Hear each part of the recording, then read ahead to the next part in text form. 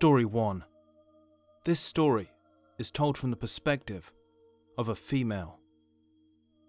This story happened 5 years ago, when I was in the middle of fulfilling a lifelong dream, travelling around Australia and New Zealand with my two best friends, Zoe and Rebecca, who were old school friends and had shared my lifelong dream and passion with me of visiting these two beautiful countries. And we had also planned on finding some temporary work and extending our stay. It truly was a dream come true for all of us. A dream that almost became a sick nightmare. A nightmare that shakes you to your very core and leaves you scarred and broken inside. We were in the outback, and Rebecca had found an amazing retreat advertised online. It was basically a non-stop party full of young adults.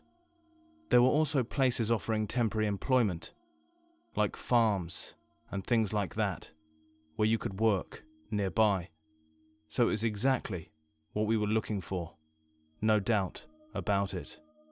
We were just over 100 miles away from the retreat, in another small town in the outback. We needed to find a way of getting there. There was no bus that we could see, so our only option was to negotiate a fixed price deal with a taxi driver. Taxis are very expensive in Australia, probably the most expensive I've ever seen anywhere in the world. So there was no flipping way we were going to be able to afford to pay an official taxi. We asked around this little town for a taxi. Nobody really seemed to know anyone. And to note, this was before Uber was a big thing. After asking a lot of people, one guy at a service station pointed us in the direction of a bridge with a car sitting under it.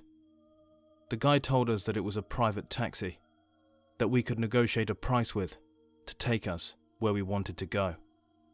We walked over to the taxi. The car was complete crap, old and beaten up. I was already having my doubts, but those doubts tripled when the guy got out of his taxi. Out of the car came this dishevelled-looking old guy with tatty clothes. He walked towards us. From the way he walked and moved, he looked kind of drunk. He asked us something. I believe it was, "Where are you going?" But his accent was so thick that we couldn't even understand him. We managed to get a price out of him. His price was fair, especially for Australia, but there was no way we were getting in his car. There would be better options than that, we thought. We told the guy no thank you, and he got back into his car. We were pleased when he did, because the way he looked at us made us feel quite uncomfortable. He had this blank, drunk gaze in his eyes. We stood under the bridge, debating what we should do next, when out of nowhere, this dark black Ford pulled up. It was a new version, a nice-looking clean car. We were hoping it might be a taxi. The door opened, and out came a nice-looking guy, probably in his early 30s. He came over and chatted to us. We told him what we were trying to do, and he understood our predicament. We were so shocked when he offered to take us. He told us that he had nothing to do, and he didn't feel safe leaving us with a potential drunk taxi driver. We kept asking him if he was sure, because it was so kind of him to give up his day like that for us. He assured us that it would be fun for him and that we didn't even need to pay him. He told us when he was younger, he would have liked someone to help him on his travels, so he knew how we felt. We had never hitchhiked before, and we felt a bit weird doing it, but we felt it was better to take our chances considering our situation. We got into his car, and we began driving off down the road. The second we began driving away, I was shocked to see that the taxi driver was now driving behind us. He was following us. He stayed about 200 meters behind us. This was pretty weird and unexplainable. He looked as though he was intentionally driving after us. The guy began speaking to us. He told us his name was Jack. He was very friendly to us, and we all got along very well. I told Jack that the taxi driver was following us. Jack looked into his mirror and looked quite anxious, almost scared. I asked him if something was wrong. The taxi driver must have a reputation to make Jack so nervous. At around the 30-mile point of the journey, Zoe asked Jack if he could stop off at a service stop because she needed to go to the bathroom. Jack looked kind of scared. He didn't really want to stop, but he said okay. As we drove into the service stop, the taxi driver also drove in behind us and parked his taxi on the other side of the car park, and he just sat there, watching us from his car. Jack told Zoe that he would walk her to the restroom to make sure she was safe. He told us to lock the car door, and off they went together. Me and Rebecca were quite scared because we were now by ourselves with this weird taxi driver staring at us from across the lot.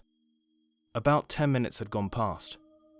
We had tried ignoring the taxi driver's presence, but it's kind of hard to do that when you have someone staring at you, like some sort of deranged murderer. He didn't take his eyes off us once the entire time. We then noticed that he had now gotten out of his car and was sat on his front bonnet, still looking at us, of course. We were absolutely terrified about what this man was about to do. He didn't seem mentally stable at all, and we thought he might have been angry for us rejecting his offer. Fortunately for us, we then saw Jack walking across the car park back to the car. But what was very strange was, he was alone. Zoe was nowhere to be seen. Jack came over to the car and got in. He was sweating. He didn't say anything. He just started the engine and began driving. "Jack?" we asked. "What happened? Where is Zoe?" He ignored us and kept driving. We looked back to see if Zoe was around the car park, but she wasn't. I saw the taxi following us again down the road. "Jack," we screamed, "please tell us what happened." "I will tell you later," he said. We said, "No, Jack, we cannot leave Zoe behind. What is going on?" He then told us that Zoe didn't want to come, that she had met some guy at the service station and had told Jack that she wanted to go back to town with him. We didn't believe him because Zoe would have told us if that was really the case. "Jack, we need to turn around and go back and get Zoe." Jack ignored us and began driving quicker. "This stupid effing taxi," he said, following me. "Jack, please, we need to go back and get Zoe." This is the point where Jack lost his mind completely. "Shut up!" he screamed. "Stupid whores! Looking for a ride? Oh, can we have a ride, please?" What he said next drilled everything home. "I will kill all of you." Jack was not a friendly guy at all. He was a complete mental case. He drove faster and faster, driving like a lunatic, trying to get away from the taxi driver. He was driving so sporadically that he was even having trouble staying on the road and was almost coming off at bends. The taxi driver continued pursuit of our car and never gave up. Jack drove us for another 20 miles, and when he came round a bend, there was a police blockade in the middle of the road. Jack stopped the car and began screaming obscenities, and also saying, "Oh God, not again." He was crying and filled with rage at the same time. He put his hands on his head and got out of the car. He got down on his hands and knees, and the police came rushing in and arrested Jack, and the taxi pulled up right behind us. We found out that Jack had only recently come out of prison for an 8-year rape sentence and had a very troubled past and a terrible reputation in that town for a history of abusive crimes. He had tried to have sex with Zoe at the service station, and when she refused, he punched her in the face, knocking her out and almost killing her. The taxi driver had been driving behind us the whole time, talking to the police, letting the police know what was going on and making sure we were safe. So I would like to apologize for judging that sweet old man on the way he looked, because that sweet old man potentially saved our lives.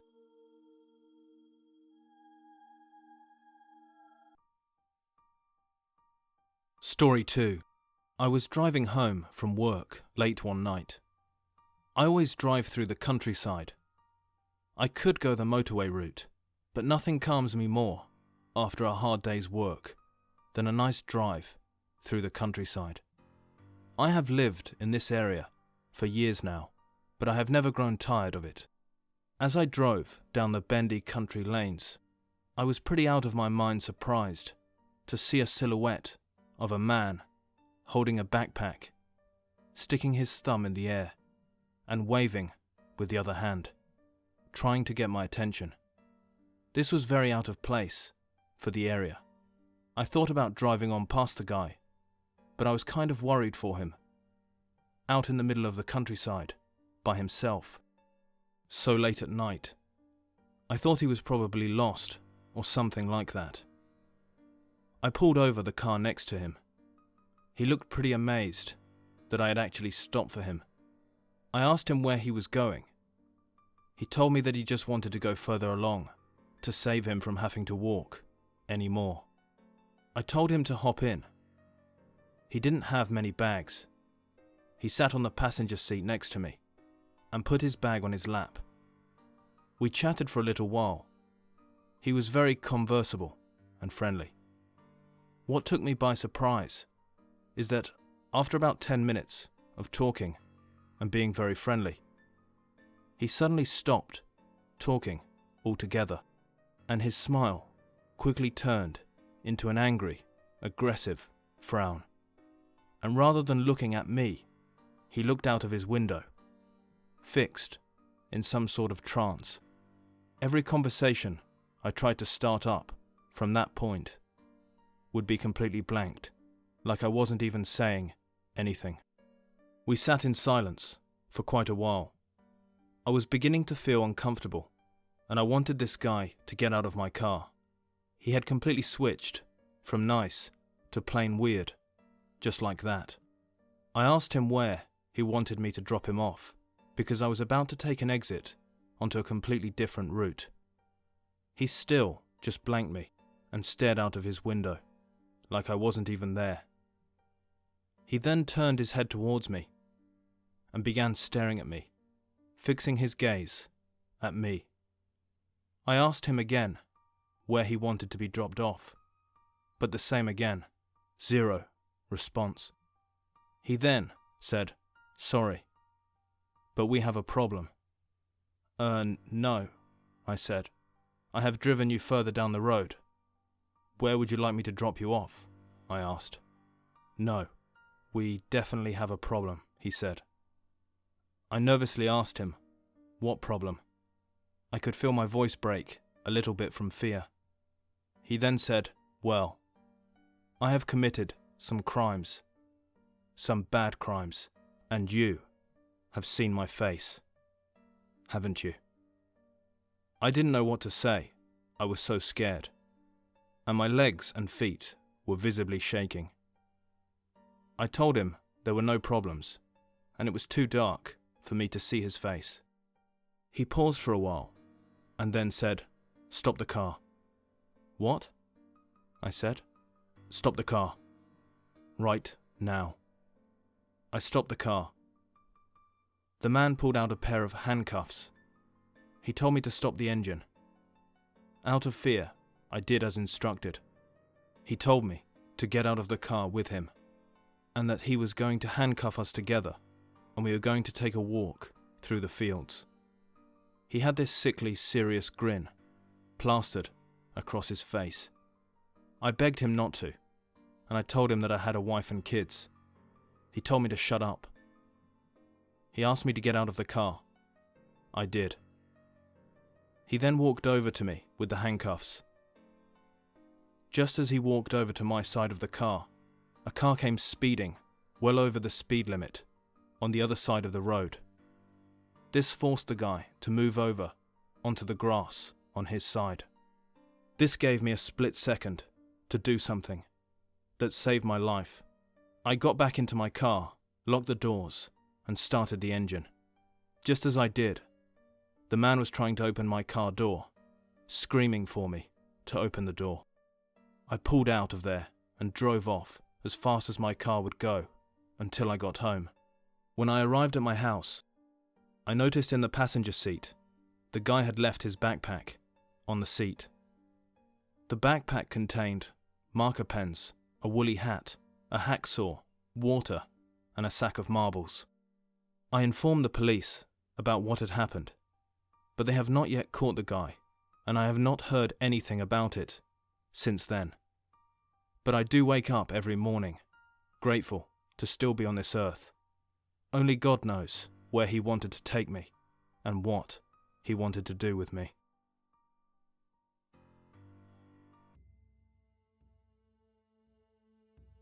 Story 3. I had been out at a house party at a friend of a friend's house. I am a complete lightweight when it comes to drinking, and on this night, I had ended up passing out in the garden. I always drink those childish alcopops, and because they taste just like Mountain Dew, I forget how much alcohol is in them, and I end up passing out. That is my excuse, anyway. I had passed out within 2 hours of arriving at this house party. I had vomited all over the garden, and just to complete the spectacle, I had of course passed out in my own vomit. The host of the house party took me upstairs, helped me wash up, and had put me to bed in one of their spare bedrooms. When I came to, it was just after midnight. I couldn't believe where I was or what I had done. Most guys my age go to house parties and have a great time and get laid, whereas I just vomit and pass out in it. I bolted up out of bed and ran downstairs. My friends had gone and had left me there. They had tried to wake me up to take me with them, but had no success in waking me up. The host told me I was more than welcome to stay the night, which was really kind of them, but I had to be up in a few hours for work, and my uniform and everything I needed were at my house. I lived with my parents about 15 miles away from where the party was, and had absolutely no money for a taxi. Fortunately for me, the same way I get wasted very quickly is also the same way the effects from the alcohol wear off. So I was feeling fine. I was of course a little bit tipsy and drowsy, but the only thing wrong with me at this point was a headache. I definitely was no longer drunk.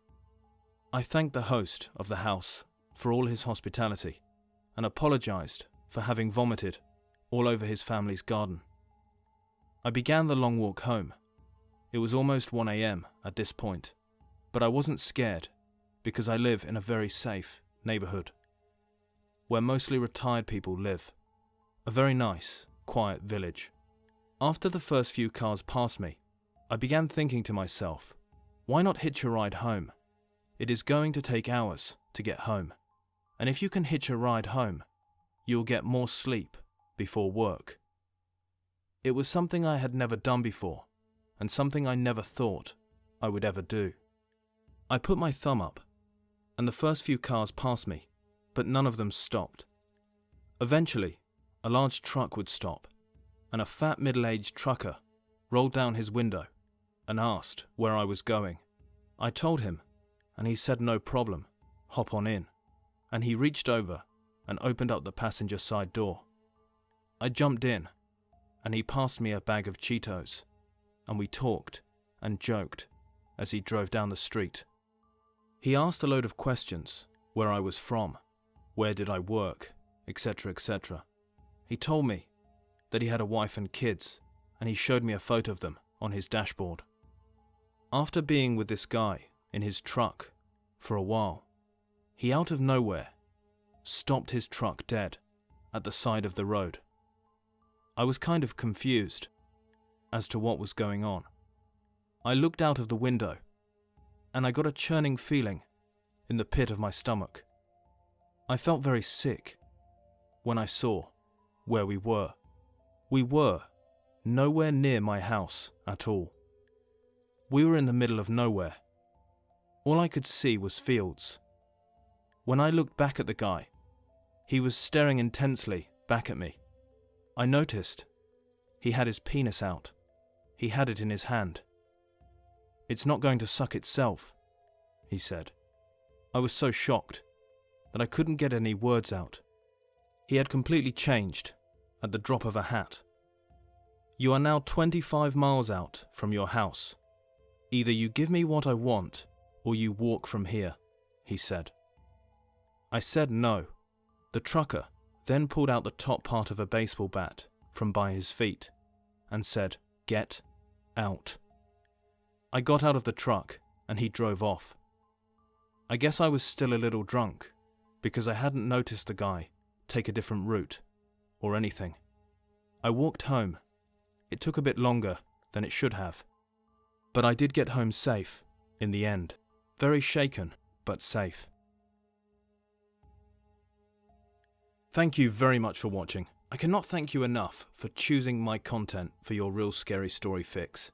If you enjoyed these stories, please leave a like and a comment, as it really will do a lot for my channel. I'm so grateful for your continued support, and if you are new to this channel, subscribe for more real life horror.